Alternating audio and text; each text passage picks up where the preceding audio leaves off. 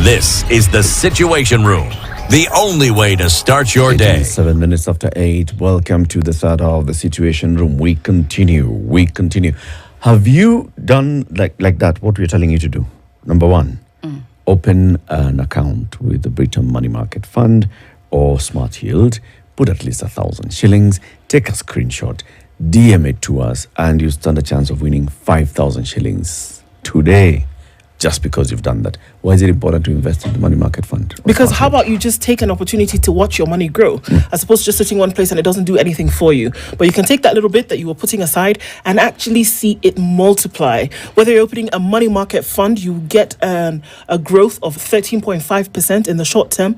And if you're looking at a smart yield account, you get a growth of 14% in the long term. It's something you want to do so you have a chance to see whatever money it is that you're putting aside to grow right in front of your eyes, literally. I'm going to remind them what you said. If you open an account today, or if you top up your existing account with 1,000 shillings, make the payment, take a screenshot of that payment, and send us a DM with that screenshot. You could win 5,000 shillings today. You want to find out how to open an account? Go to ke.britam.com, follow the instructions, and voila. Yep. Or you can SMS the word SMART to 21778. That's SMART to 21778. They'll get back in touch with you. And if you've got any more questions, they will help you. They will walk the journey with you. The next hour, we want to have a conversation about land corruption in this country, historical injustices, especially around land. It's been a big one. This one has been a big one. Yeah. Faith Alube is the CEO of the Kenya Land Alliance. She's also a human rights lawyer. She's our guest. Good morning, Faith. Good morning. How are you doing? I'm great. Yeah. Karibu sana. Asante. Karibu sana. Asante. Sitimuga was here. I'm sure you've met him when you were coming in. He's just stepped out into a meeting, but he says, tukusalimie sana, tukuambie usikie uko nyumbani, usikie uko huru. Hapa ni kwako. Ndu. Yes. So why don't you give her the day's proverb? Where did he leave it to you? The proverbs for this week are from the country of Burundi. And the capital of Burundi is, Faith? Bujumbura. Close. Okay, that's the one I know. Apparently, the administrative capital of Burundi is not Bujumbura. It is Gitega. Kitega. Yeah. I'm informed now. Yes. The proverb has something to do with setting the trap. Rat leaving, you putting trap today. That's the proverb. I'm informed now. You set the trap after the rat had passed. You set the trap and the rat had already passed. You set the trap and the rat had passed. What's your interpretation of that proverb? You set the trap and the rat had passed. I think you're late in your actions. And so therefore? The trap is not useful. Unless there's another rat that will pass. Yeah. You wait for the next rat. Yes. The one you know of has passed. Has passed. Okay. What do you think the lesson here would be? A stitch in time saves 9. Yeah. That would be the lesson. Good one. Yeah. Good one. Tell us about the Kenya Land Alliance. Kenya Land Alliance is a movement of local-based organizations that advance land justice. For Kenya Land Alliance, we look at land from Article 260 of our Constitution, where land is what is beneath the surface, on the surface, and what is above. So when you're talking about extractives, we're talking about lakes, rivers, the forests. When you're talking about the surface rights where we step on, when someone is talking about environmental justice and climate justice, you're actually touching matters land. So Kenya Land Alliance, we have 60 members across 25 counties. What do you mean when you say land justice? Land justice just means that if you divide the two words so that it's easy to define it, land, I've already defined what is beneath, what is on the surface, and what's above, and is the primary factor of production. And then justice has to do with the administration of rights. One has to feel that their rights are being administered in a fair way. It can be a community, it can be an individual. In fact, in the Katiba, in the Constitution, it's grouped into three: a community, private, and government. So if you put the two words together, land justice, then it means land marginalized communities can feel that their lands are being administered well. An individual can enjoy their right to property, and the government can actually administer their rights as well because they're a person, they're a legal entity. Okay. Yeah. So who makes up, you talked about members in the alliance from around the country, around counties. Who makes up the alliance? So to be a member at the Kenya Land Alliance, there are 4 categories of members. There are individuals that cannot, if you cannot bind your institution, then you join as an individual, like from the academia or government. And then there are community-based organizations, and then we have NGOs, and then we have INGOs. Yeah. Okay. So what do you do? So we have 4 objectives. The first one is to amplify community voices, to make sure that the marginalized in communities can be heard, like women, like the elderly, like communities that have suffered historical land injustices. The second one is to ensure that community rights are protected. As we know, Kenya is 70% communally held. We're in the process of registering land right now, and the process is messy. I can't say it's a neat one. And then the third one is strengthening land governance processes. As we know, since 1895, since the colonialists landed in Kenya, our land governance systems are still colonized. And the fourth one, of course, is strengthen our members in various capacities. Yeah. When we talk about land use in this country, so the law recognizes land ownership as 3. Yes. Communal land, 61, yeah. private land, and public land. Yes. Now, much of what we see, for example, where there's disputes of land is at the point of communal land and public land. We see a lot of that, where there are many injustices or grabbing or just misallocation or misuse of the land. What main things do you deal with as the Kenya Land Alliance when it comes to those? For example, you've said 70% of land communally owned. That means a lot. Yeah. So what we do at KLA when you're talking about land grabs, number one is to make sure the gap between policy and practice is narrowed, because the landowners do not understand the procedures and the processes, so the elite take advantage of that. Then number two, we normally do public interest litigations to influence policy. Then number 3 is to ensure that the manifestos that people throw around every 5 years actually make sense at the end of the day. They rarely do, especially with the current administration. But at the Kenya Land Alliance, we ensure that if, for instance, an investor is coming into an area, especially community lands, because the regime, the tenure is fluid. And when the tenure is fluid, so much can happen. So we ensure that we demystify such documents for the landowners so that they can understand their lands and territories and how do they negotiate. But do they actually get proper representation? No. Let's talk about, for example, communities, and then there is this investor who's coming. They want to extract minerals out of this land. They want to extract, for construction purposes. And we see this in many parts of the country. Or now with the new thing, carbon credits, and there's the sale of carbon credits. Does the community actually get proper representation at the table? No. In the negotiations? They don't. What should happen? They don't. In fact, even the current administration, I dare say, they don't understand that carbon credit business that is being thrown around in every other document. Because, as it were, even if you just ignore the matter of carbon credits a little bit and look at the large investments that are in Kenya, we do not have the capacity to understand or to know the revenue at source.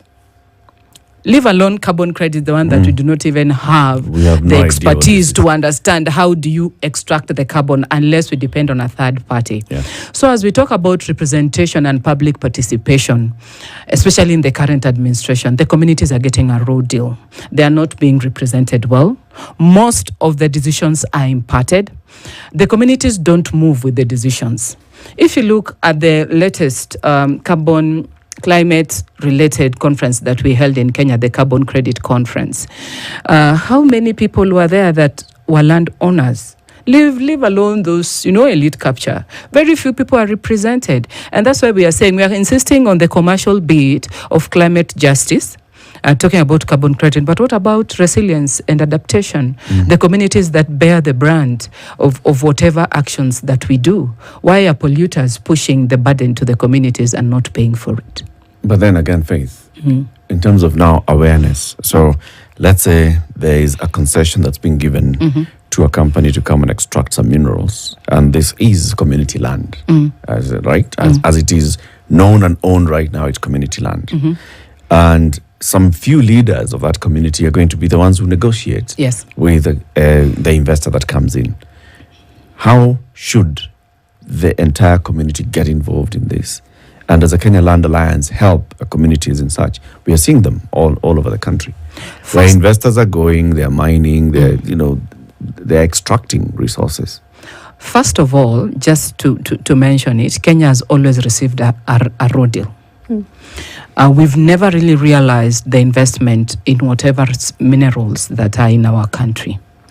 So at the community level, if you look at the community, most of them are not well educated to understand those documents. In fact, if you're not legally literate, the concession is a big document. You get that at times it even have between 2,000 and 3,000 pages at times, because it has a components.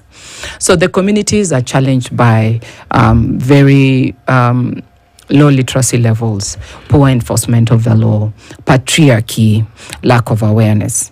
So when an investor comes in as Kenya Land Alliance, what we normally do is to ensure we understand exactly what their agreement talks about. Because the devil is in the details when it comes to concessions. They make them big so that they discourage people from reading them. And then number two, the issue of commissions. You get that there is elite capture right from the bottom administrative unit. Everybody wants a cut. By the time it reaches the current administration right at the top, the investor feels that, you know what, I've paid so much out, I need to make it.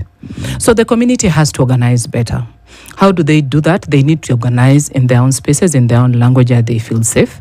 Kenya Land Alliance has even translated materials into Kiturkana, Somali, Swahili, so that people can understand the documents. We normally say... But this is after the fact, Faith. It is after the fact because we are privileged to get... Are you involved? So, for example, you're aware that there is a certain investor who is seeking to go and put up a facility in a certain community, and that community is going to then have to cede off some of this land. Does the Kenya Land Alliance or any of its partners come in at that point and start creating awareness? Are you guys aware that there's a company that's coming and these are the negotiations? Are you aware that you need to properly choose your representatives to this negotiation? This is what is being discussed, so that you make sure that the community is involved all the way from the very beginning. Because coming to interpreting it in Turkana after the land has already been signed off for the next 40 years, it's moot. You know what normally happens? These concessions are secret, but there is always that window of prospecting. You're given a window of like 2-3 years. In this window, the investor does not have the exclusive rights to whatever they are prospecting about. Let's talk maybe about carbon credits. Before you're given a license, you prospect, and the community is given a say. That is where we catch the whole transaction. But when it's being done, at times it's even being done in New York. It's being done in whatever capital city. But the prospecting window, it's usually give or take 18 to 36 months. That is where we catch it. We say, if you're prospecting, it's not yet commercially viable. So we educate the community and we try to get that the concession, to make sure that the concession is fair. But of course, there are loopholes. You get that there are companies that are perpetually prospecting. When you're perpetually prospecting, then being held accountable becomes tricky because you're perpetually prospecting. You are yet to be given a license and you are yet to get the authority to do business. So before they come, there's that window of prospecting. Before they come, there's that window of negotiation, which is usually done mostly out of public eye.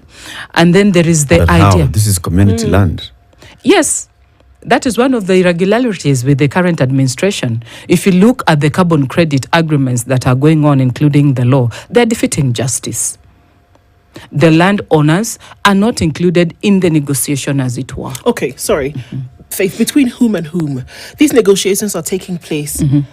And from what you're saying, the person who is either selling or leasing their land for whatever purpose is not involved in the conversation. How? So when you're talking about multinationals and large-scale business, the relationship has to be tripartite. There has to be the proponent or the investor. There has to be the government, because the government holds the interest on behalf of her people, and then the communities, the owners of the land. So when they lease out land for business, they are leasing out interests. They are not relinquishing their ownership. They're not selling. Yeah. So what normally happens, if the community does not understand the interest that is being leased out and what that person or that investor stands to gain, they always receive the short end of the stick. Because remember, land has the pecuniary nature and the non-pecuniary nature. We tend to look at the pecuniary nature where we are saying it is worth this money. But what about the non-pecuniary where we are saying it is your sense of identity, that's where you belong, that's where your history is, So when you're talking about land, there's always that tendency of communities not being informed about the whole thing, what they are losing, because you lose the sense of use for 100 years or so. When it comes to reclaiming, we are never sure that you reclaim. And then the issue of leaseholds. There are companies in Kenya that are operating with leaseholds that they were granted in 1927 during the Land Alienation Act of 1927. And if you look at the land tax that they are paying, it's a joke, like 90 bob a year. Are we saying that our constitution is not working? What we are saying is because that our constitution, just before you come in, our constitution, one of the things that was very critical, or one of the conversations that were loud during the entire constitution making process, was the matter of land. And this is where people were focusing on governance, land, and then the Bill of Rights was also coming in.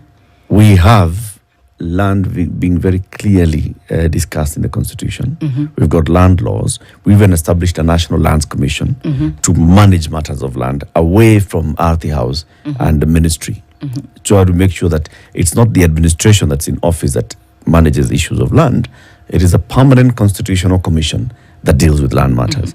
But then all these things are still happening. There's still all this injustice happening with a majority of Kenyans who own communal land because they don't even know deals that are taking place regarding their land. Exactly. Because Chapter 5 of the Constitution, and even before that, you get that it's very clear. It has the values, what you should look at, whatever. But when it comes to implementation, the gap between policy and practice is so huge, simply because the elite take advantage of it. Number one. Number two, land being multifaceted, it means that not everybody can understand land from different aspects. As I've spoken about, land being what is beneath. When you look at extractives, it has a whole policy architecture. When you look at land as the surface, it has a whole policy architecture. When you look at land in the air, renewable energy, matters to do with climate justice, matters to do with environmental justice, it has a whole policy architecture. So it being multifaceted, unless it is out of interest, even the elite, they are caught off guard. So what normally happens is that implementation of land laws has to do a lot with political goodwill, number one. It has to do with the information that the communities have. Unfortunately, at times, communities abdicate their watchdog role to NGOs and to the elite, which at times doesn't really serve them very well. If you look at communities that are impacted by land injustices, even from time immemorial, if you're talking about historical land injustices, the matters here, the issues here are handled in boardrooms and then, they dissipate. Communities are never given that advantage of, give us your solutions. When you look at the National Land Commission, even the commissioners that are in right now, There was no public participation, and we went to court as civil societies in nomination of the commissioners. The commission that nominated the commissioners, the board, we were not included as CSOs. So you wonder, how would communities then be brought on board?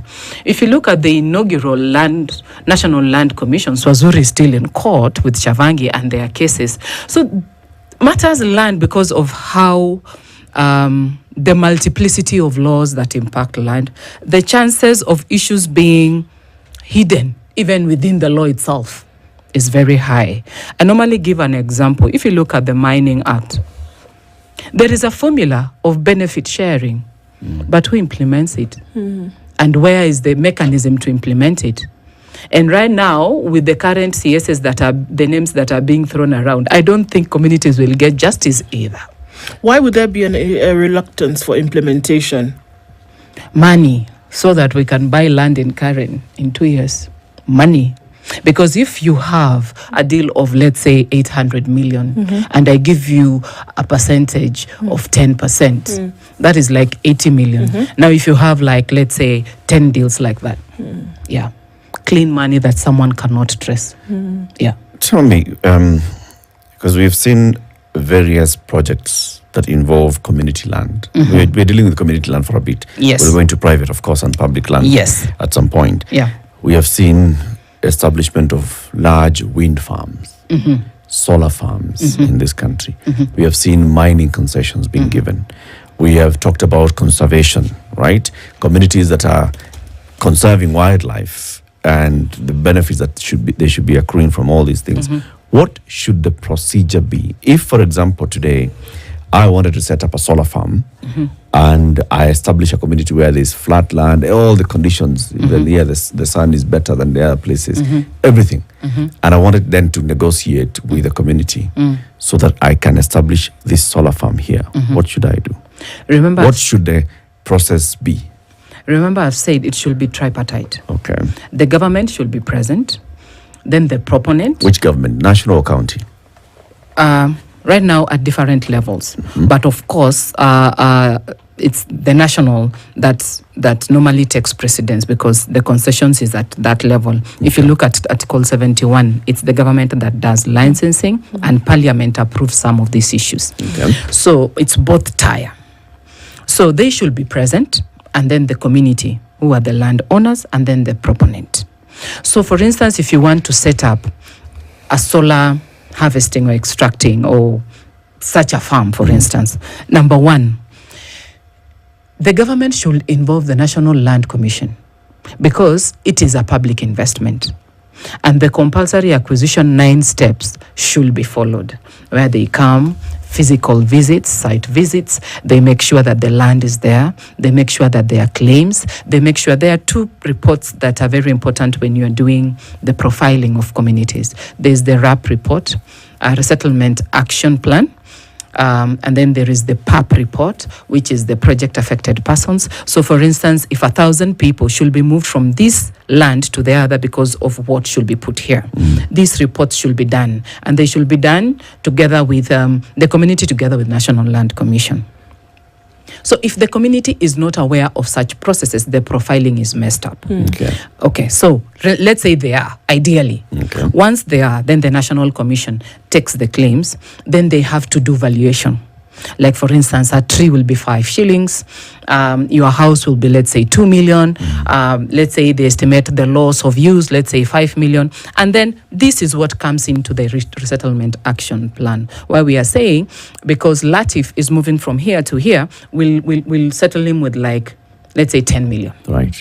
So if it's a community of 1,000, this is what should be done: profiling, claims, counterclaims, and then settlement. Then this land is taken by the National Land Commission and given to the government, whatever ministry. Because the ministry, once it's approached by a proponent, it approaches the National Land Commission.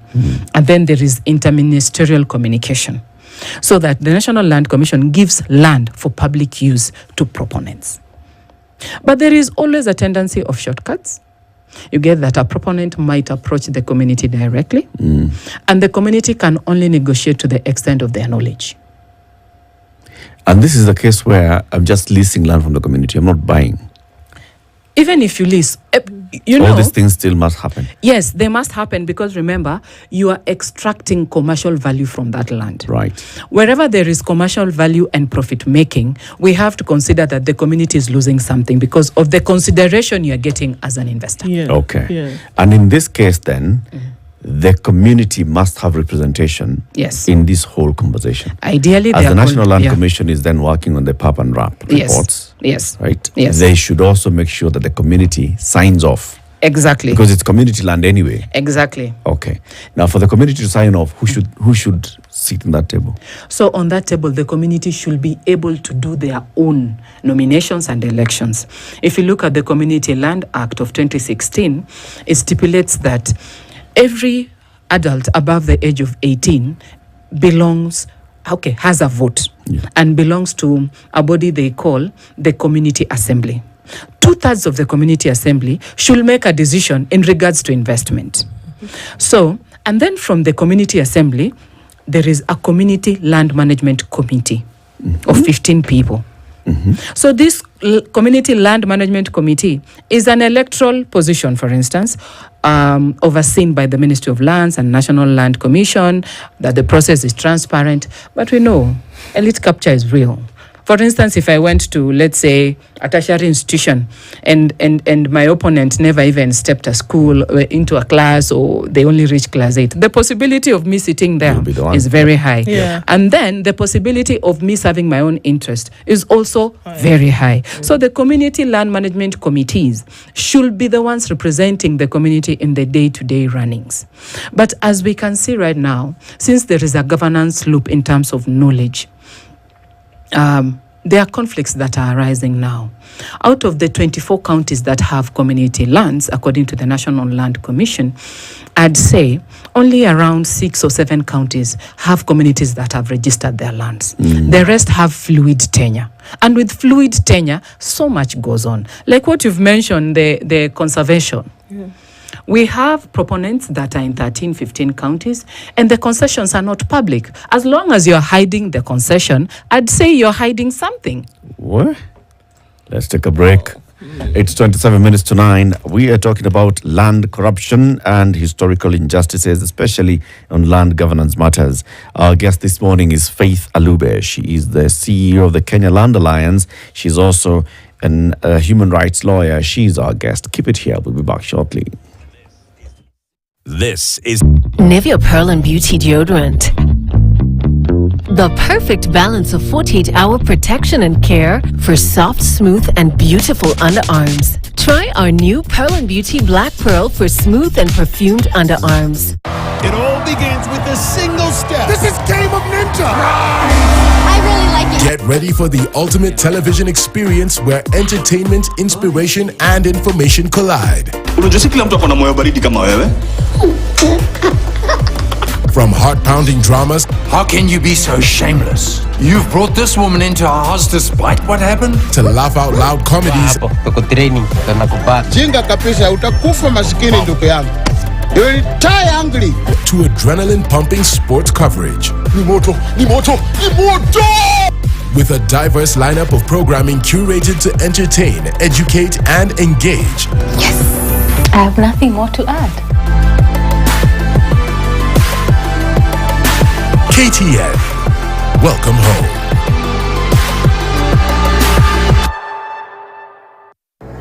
Dettol Skincare combines the trusted protection of Dettol with 2 times moisturizers to protect my skin from germs and keeps my skin soft with a beautiful fragrance. Beautiful skin is germ-free skin. The Malkia Strikers, the pride of the nation and champions of Africa. Malkia Strikers is a brand. For Malkia Strikers, it means a lot to Kenyans because unajua sisi raise flag yetu high. For me going to Paris, it will be the moment for me to raise a glass for myself. I finally did it. Head coach Japhet Munala is laying the foundation to spike success despite the challenges. The 10-time African champions aim to break new ground. Malkia Strikers, rising above. Paris 2024.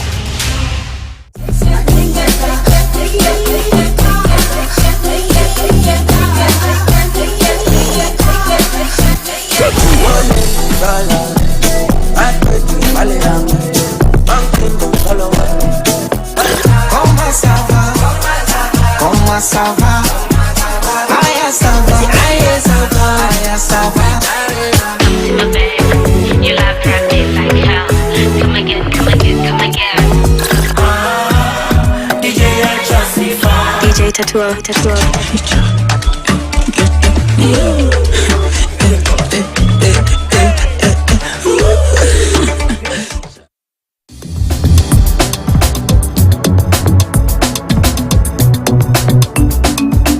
Waona kama ataweza binti yetu?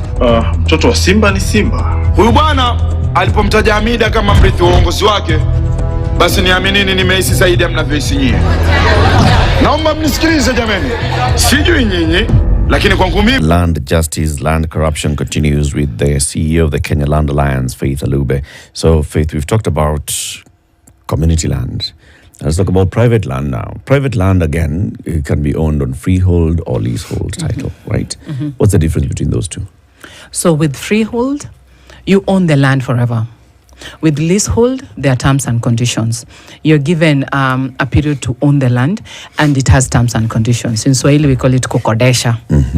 And it's done at the basic level where neighbors can, lease each other's farm. I plant maize. And it can also be done at a large scale. Like, for instance, the investors that came to Kenya in 1921 to lease our lands. And if you want to know, it's such a serious issue when it comes to investors. Our constitution talks about 1,000-year leases being collapsed to 100-year leases. But no one speaks about the mechanism of how to do that and how to ensure that rights are not infringed. If you look at the leaseholds at large-scale level, the person who holds the lease has preemptive rights. They have advantage when it comes to renewal. Okay. And the law demands that you have to start the process 3 years before your lease expires. And that's where the complication is. If you're not aware, then you're caught off guard. And the land cartels in the lands ministry takes over your land. So we have like a 3-year window. Yes. If let's say, most of the lands are 99-year leases, right? So you're right there, just about 96 years. You don't know. Yeah, because, you don't know. I mean, you've just been inheriting this land. Yeah.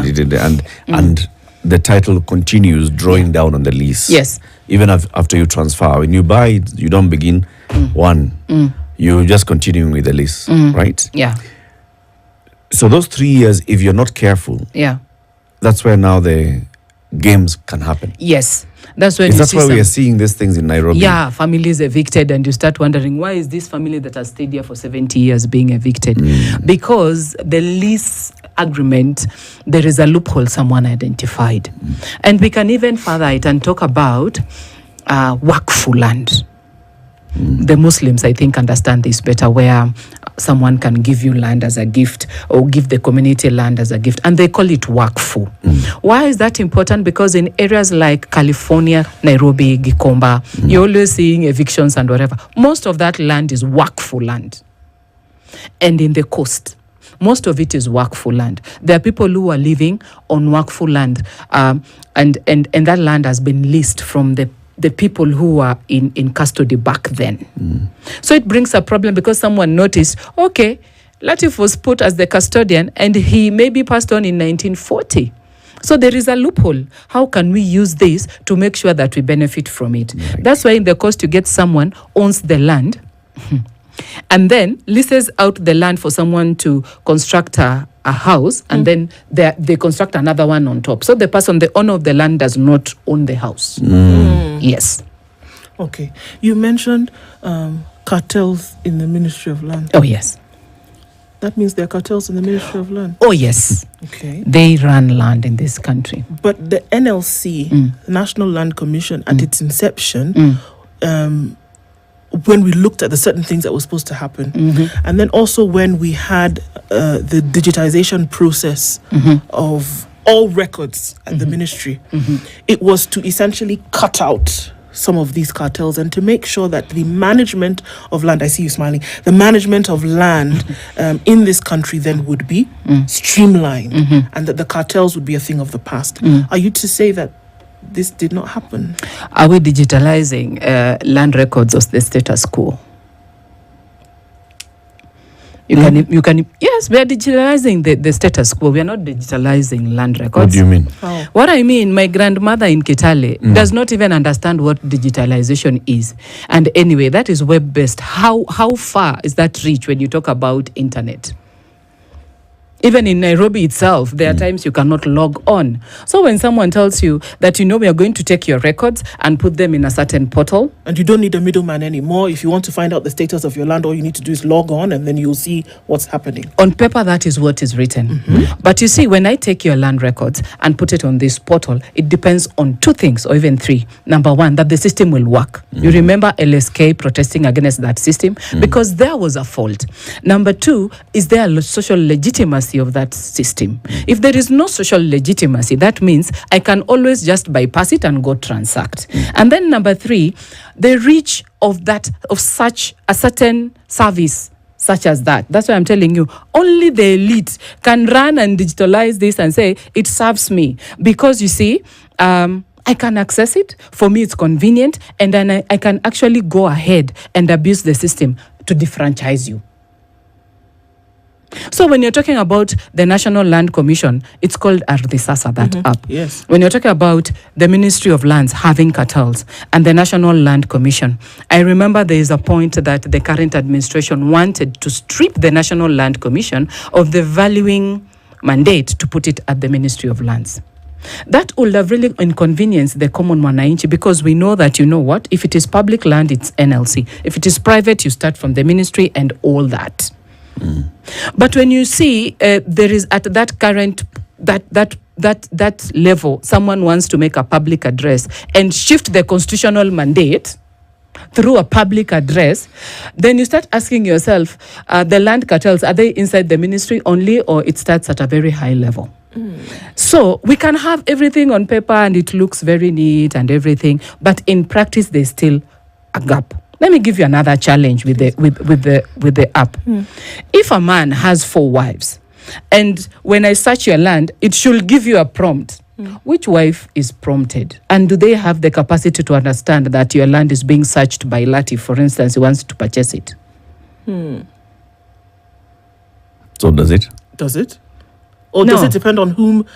Does it not Who should depend get the alert? on whose Is it not the name man? was put in? Because at some point there was the information was fed into the system. Yes. Right? Yes. And if man X has 4 wives, it is that person who puts in the name. So they've decided who it belongs to. If it belongs to all 4 of them, is there anything that precludes all 4 of them from having their names put in the system? The person who fits the system, has he gone the extra mile to even know if the women have? It's very important for us to talk about matrimonial property rights, because that's where professional women and that is where the rubber meets the road. When your matrimonial property is on sale somewhere and you have no idea. So the person who feeds the system has to understand matrimonial property rights. The system doesn't have that. The prompt does not even go to any spouse. It goes to the proponent who is searching. So it excludes some certain rights at the home level, at the household level, private rights level. So when we have manually a spousal consent form when it deals with matrimonial property, on the system we do not have those prompts. So it becomes an inconsistency to the level where there's this woman who is seated somewhere thinking that she's secure, but on the app, Latif wants to sell land. Okay. And his wives are not being told. I want to go to another issue because it's related to this directly.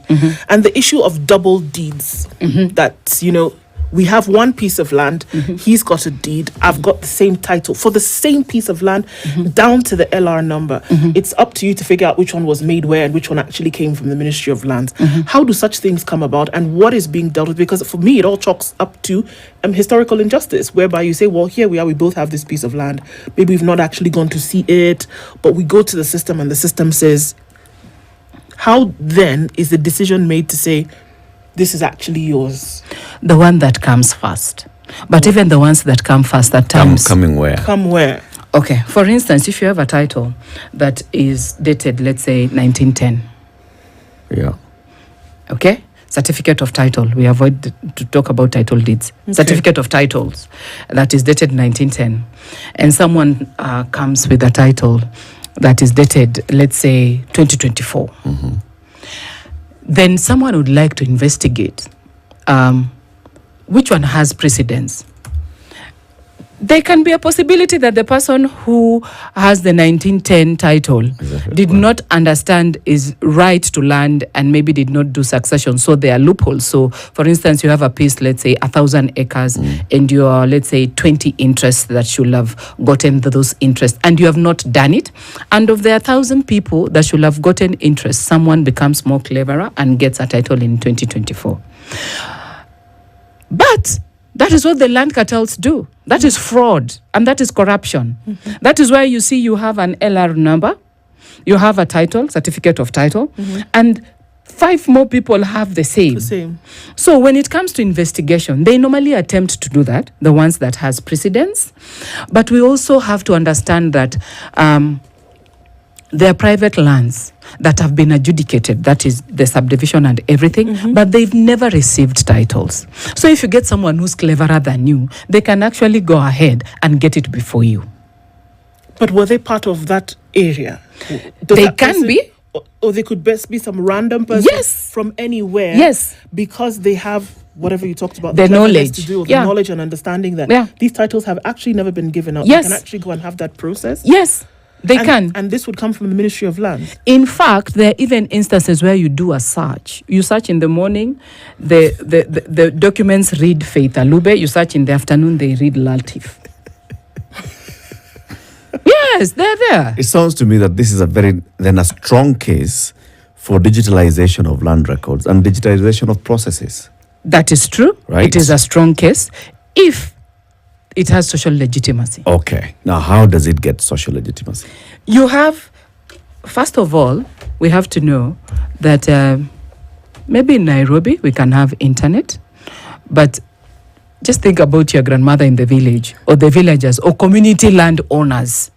Yes. For us to be able to even digitalize it, we have to have some sort of land justice that has occurred, so that we say, this is our community land, we've registered it, and we acknowledge that it is our community land. So these are the records that you're digitalizing. Right. So once we give the correct records, then, it's usually garbage in, garbage out, right? Yep. So the person who is feeding the system feeds the correct language or feeds the correct records. Now imagine if you're suffering from historical land injustices, what is being fed in that system? Okay. We are digitalizing status quo, not digitalizing land records. Is this not one of the mandates that the National Land Commission has or had? To make sure that we are addressing all these matters, to make sure that then we are cleaning our records, and we are ensuring that going forward after 2010, we shall have proper land justice.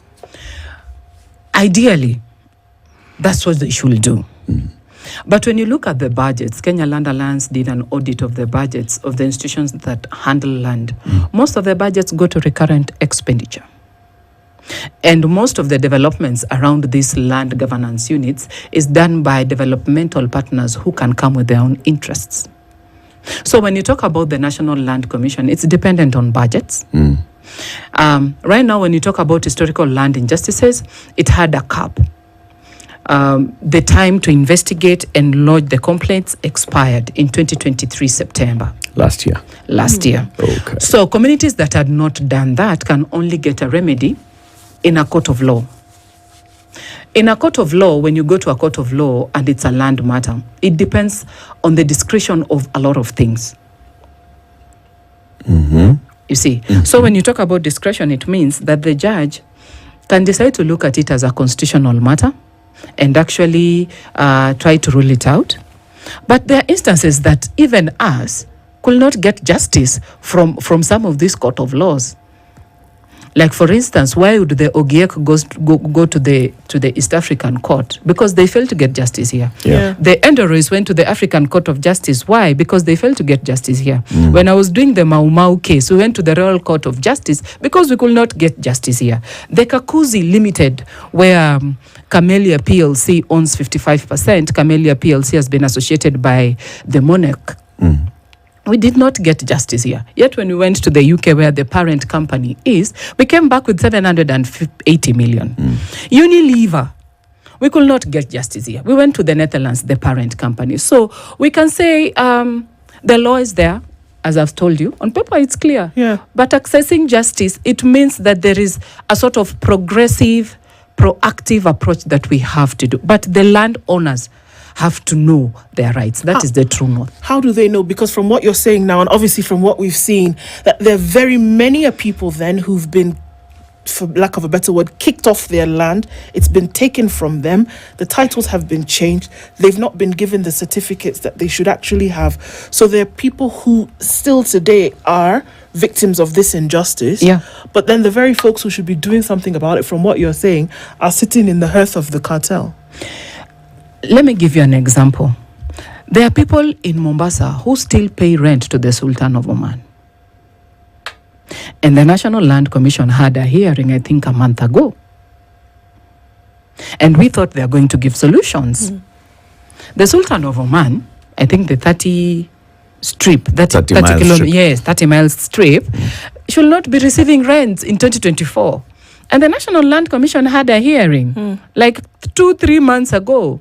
And we are still to get a sustainable solution to that. And that's why we normally say the right holder has to be knowledgeable enough to know your land is from this point to this point. Mark it with rivers or trees or mountains the way we used to do it, but mark it and have a sketch of it, because you cannot abdicate that watchdog role. The goodwill is so thin. Okay. Yeah. So all these communities, you know, at the back of they know that this is our land. All right? They just do not know then how to actualize their right to the land. Sure. And that's where, of course, the National Land Commission comes in. And the ministry. That's where it comes in. The Ministry of Land, that's where it comes in. Organizations such as yourselves, the civil society actors, how do you help such communities? How do you help everybody to know this is, as far as land rights are concerned, and even processes for ownership, for transfer, for this is what is black and white in the law? We do quite a bit. I can start at international level coming down.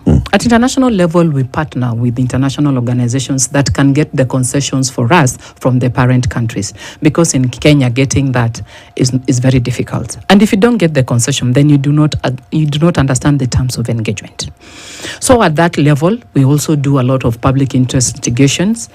At international level, where we use international instruments, according to Article 2.5 and 2.6, where international domesticated become part of our laws. So at international level, that's what we do. At regional level, we come together to try and hold these governments accountable. Remember, most of the arable land in the world is in Africa. So whatever Kenya is suffering, you'll get it's in TZ, you'll get all these perpetrators of injustices on these countries. So we form coalitions at regional level, and we use our justice systems at international level and regional level. At local level, that is where the rubber meets the road. We have to ensure that the landowners are actually even featured in the laws. There are times, if you look at some of these laws, they are so high level to a point where you wonder, did you feature the landowners themselves? So we start from policy formulation. Kenya Land Alliance was at the forefront in terms of ensuring that Chapter 5 of the Constitution becomes a reality. Because we, at that point in 2007-2008, we appreciated the fact that communities do not understand it. They just know, I was born here, I'm here, so it's mine. We had to tell them, no, it's not yours. There's someone else who has an interest. So policy formulation at that level is very important. Number two, the issue of using the law as an advocacy tool, it's very important to the extent that it can help in terms of public participation, public information, Article 35 and all that. Then number three is to ensure that we follow process through. Touch and go does not help. Because when you touch and go, like what we are doing in the coast right now, when you touch and go, communities lose. They lose because bread and butter politics. So right now in the coast, in Kilifi, they want to install a nuclear plant. And we are asking the questions. Where is the environmental impact assessment? As Kenya, do we understand nuclear energy business? And we knock on all these doors, and we front communities in all these offices to be able to ask the questions for themselves. At times we delay, It's not a perfect system. Like there is a case that I worked in Marsabit in Chalbi Desert where there was prospecting, and the proponent didn't cover those, did not wrap it up very well, and it poisoned the water table, and people die right now. It should be sorted. It's not sorted, so we wonder where we are at. So it's not a perfect system, but as Kenya Land Alliance, we normally say, because we are donor, we depend on donor funding to the extent that our resources can allow. We simplify the conversation for the right holders. Okay, you said that even in these state institutions, they depend on goodwill funds. Yes. Donor funds. Donor funds will come with interests. So we can also say the same thing with the Kenya Land Alliance. Yes. The donor funds will also come to you, yes, but with interest. Yes. So how do you safeguard the public interest against the interest of your benefactor? At the point where we are raising proposals to be funded, the communities, remember we are a membership organization. For you to be called an alliance, you have to prove there is an alliance. So these 60 members have to, to participate, to be involved. If you're going to the coast, the members in the coast have to be involved so that we get social legitimacy, number one, so that sustainability after the exit strategy, after the project is done, we leave the members continuing. For you to be able to do that, they cannot act against their own interest unless they are bribed. But if you're bribed, an NGO cannot bribe you. There is no money in the budget where we call that, But I'd also like to say, at times, donor money comes with interests. There are instances when you're talking about conversations like, let's say, to do with conservation, there is a land that they can compel you to take. Like right now in Taita Taveta, we are talking about wildlife credits. And we are asking how then do we balance the line between privity of contracts and right to disclosure? Because we cannot put the precedents. Not that animals are bad and conservation is good and business is good. But if it's causing harm, then we have to question such donor interest and say it is good that we are conserving the environment and everything, but there are indigenous communities that their rights have to be considered as well. Yeah. Okay. So just really quickly, there's still big issue topics whereby huge swaths of land around the country that belong to people who are originally non-Kenyan. And it's a big issue of contention. Where does the law lie according to that? According to the Constitution, non-Kenyans cannot own land. Okay. That is the Katiba. So when a non-Kenyan cannot own land, what they do, they use proxies. They use proxies. If I think a month or two ago, the CS lands requested for such titles to be remitted. I don't know how that is going, but non-Kenyans cannot own land. Non-citizens. Okay. Faith, come again. This land story is a long one. And it requires much more conversation. And even for people to ask you questions, I see there are very many questions on social media. Come next time when you'll ask them.